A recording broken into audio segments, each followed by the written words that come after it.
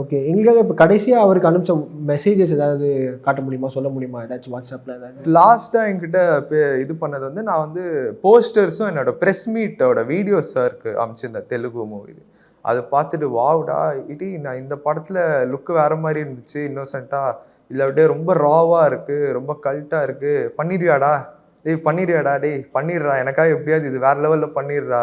Manoj sir ஸ்டூடண்ட்ன்னு நாங்க போய் காமிச்சிடுறா. இந்த இன்ஸ்டிடியூட்லேருந்து நீ வந்தேன்னு அத ப்ரூவ் பண்ணிடுறான்ற மாரி என்கிட்ட பேசுறாரு. அதெல்லாம் எனக்கு ரொம்ப எக்ஸைட்டடா இருக்கும்.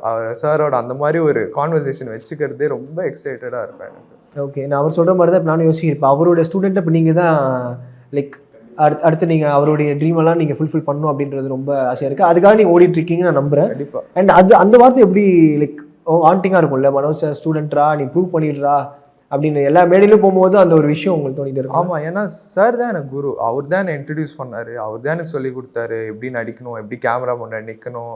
எ எல்லாமே இன்ச் பை இன்ச் அவர் தான் எனக்கு எதுவுமே தெரியாது. To be honest nil knowledge about on screen experience.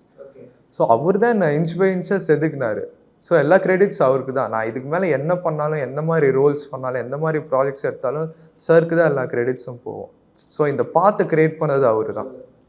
So obviously அவரோட பங்கு இதுல வந்து நெறைய இருக்கு. நான் அடுத்தடுத்து பண்ண போற ப்ராஜெக்ட்ஸ்ல.